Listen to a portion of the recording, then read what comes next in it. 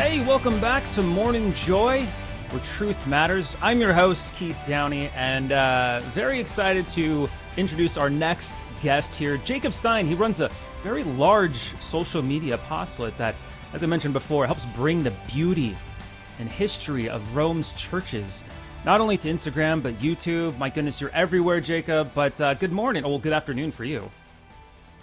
Good morning to you, Keith. Yes, it's afternoon in Rome. But I'm happy to join you. Thank you for having me on. So, Yeah. I know it's difficult for you to say, but my apostolate is called Crux Stationalis. A little more Latin for you. Every time you... I know. I always kind of make jest like I cannot do Latin very well as far as the pronunciation, so I usually say crux stationalis for joke purposes. But Well, we like it. We like it with any accent, any pronunciation. But that name Crux Stationalis comes from this ancient tradition in Rome. The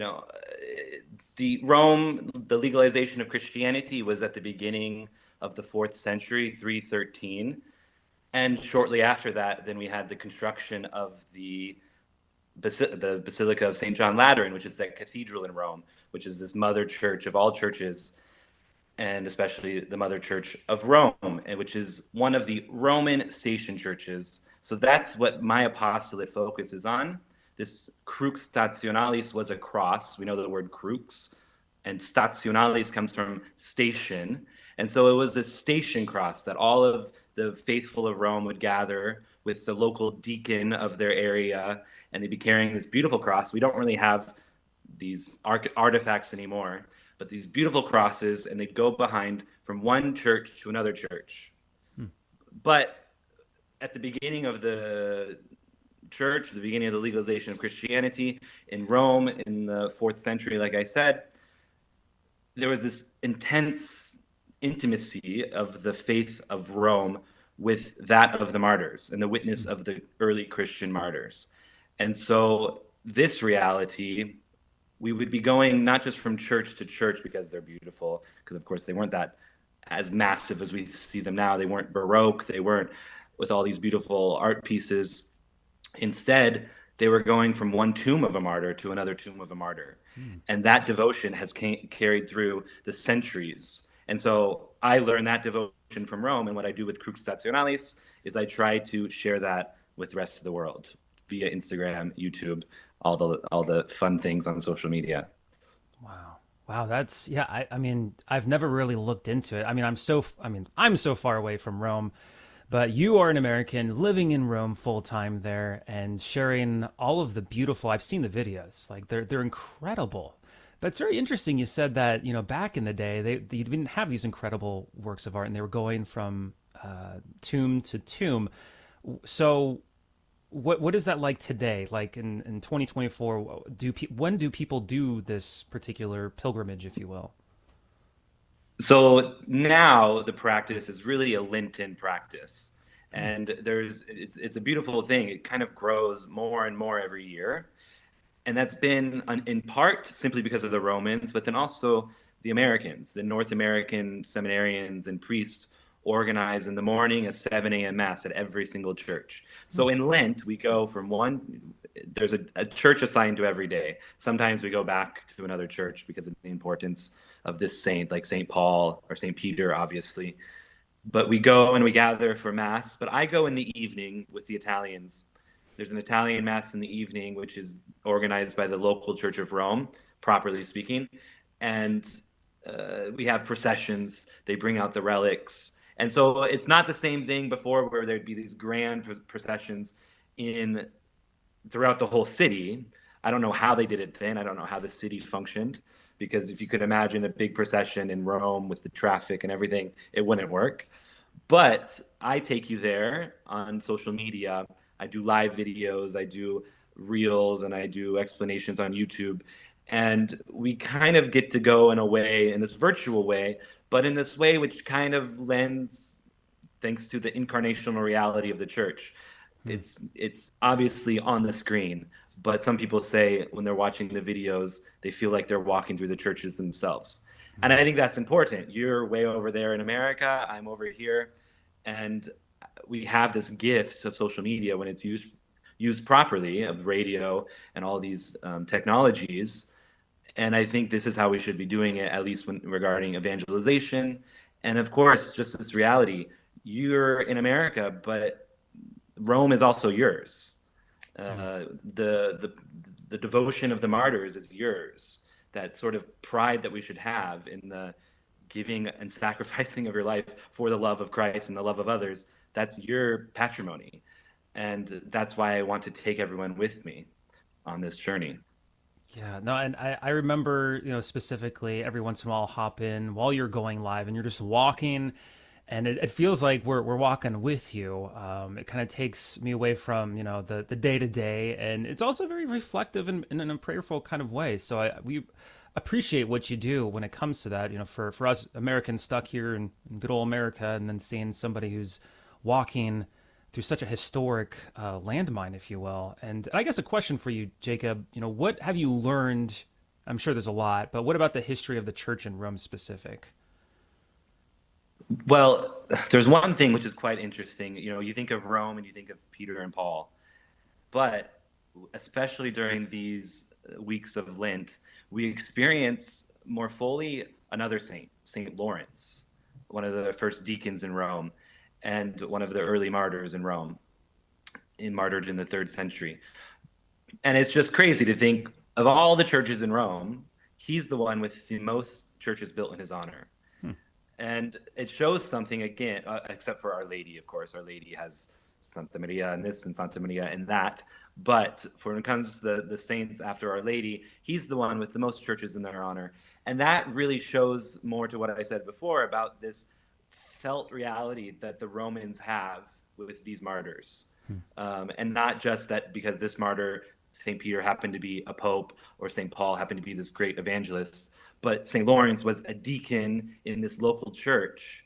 And that example of his life, his sacrifice, his relationship with with a pope, Pope Sistis, he was able to just live his life and live that as a Catholic deacon and witness to that. And that's something which we can take today. We think it's so obscure, the stories of the martyrs, all of these great passions that we have of Saint Agnes, Saint Agnes, we just had Saint Agatha the other day, and we hear these crazy stories about these marvelous saints. Yet, what was their sanctity? It was their daily life, and I think that's where we get in Lent. We kind of, especially as we're going into the season of Lent, we think so big, such grand ideas, and it needs to be these small, every single aspects of our life. Yeah, keeping it simple. I love it.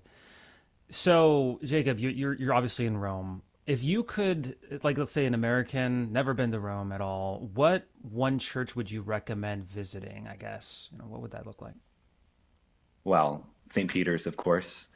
And St. Peter's early in the morning or early on a Sunday morning, when you're able to be there in the sun shining in, you can hide away in a little corner and pray. But also come during Lent. These Roman station churches are some of the most beautiful traditions. And we see some of the relics that we only see once a year. At St. Peter's, we see the relic of the icon of Christ, which is said to be Veronica's veil. Mm-hmm. And it's a wit, and we do that on Passion Sunday, 2 weeks before Easter. Everywhere else, you're veiling all the crucifixes, all these images, and yet this last day in the Vespers on Sunday evening, we get this last peek, the Romans, sort of a jealous peek of the face of Christ one more time before we go into this Passion Tide leading up to Easter. And those are just traditions that once you experience them, they form you and they stay with you the rest of your life. And that's what I try to do with the social media, so you feel like you're there too. Because, like I said, it's yours. Mm. All this patrimony, all this faith is yours. Yeah, it's our home away from home. Are you doing anything special for this Lent, for with your Instagram, your YouTube? So the Instagram will be, I'll have reels and I'll have some lives.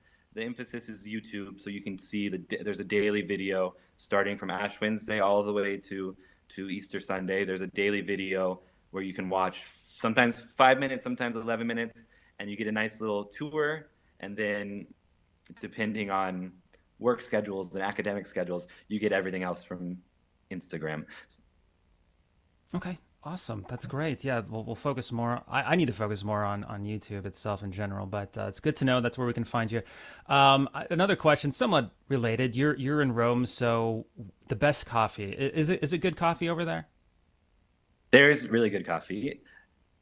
It's funny, a couple years ago, my father came, never tasted coffee in his life, and now he has an espresso machine at home, and I have to bring beans back with me when I go home.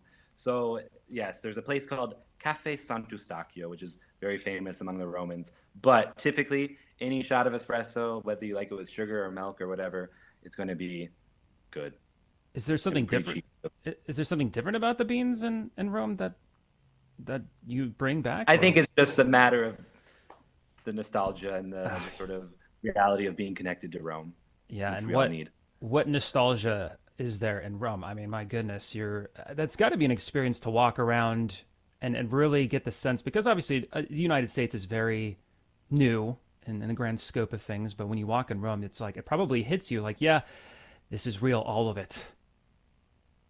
Yeah, it's you find something around a corner every day, and even if you've seen it 10 times or 100 times, sometimes it hits you a bit different. And that's the beauty also with these Roman station churches. We go to these saints every single year, but sometimes on this day or this time or the weather, the way it's cloudy today in Rome, that changes the whole view of the city. And sometimes you see that in my videos, sometimes you get nice sunny days in Rome. And that's the reality. It's really the city sort of adapts and interplays with this sort of walk of faith that we have during Lent, which is kind of the beauty of this pilgrimage that we do every day. That's interesting. I never thought that the way that the sun, whether it's cloudy, like it could show just differences of Rome. But my goodness, thank you, Jacob Stein, so much. Catch you on YouTube and Instagram, Crux Stationalis. I know I butchered that. I'm so sorry, Jacob. But hang tight. I have other questions for you in the after show clubhouse. And if you also have questions, feel free to hop on our YouTube channel, clack away on your keyboard. We'll answer your questions. And my goodness, if you have to go to Mass, we'll see you. Pray for us. And we'll see you tomorrow, bright and early, Thursday. God bless. And make it a joyful day. This has been Morning Joy, where truth matters, hosted by Keith Downey. Take some joy with you today. Visit grnonline.com/joy to listen again, share a segment, or answer the question of the day. That's grnonline.com/joy.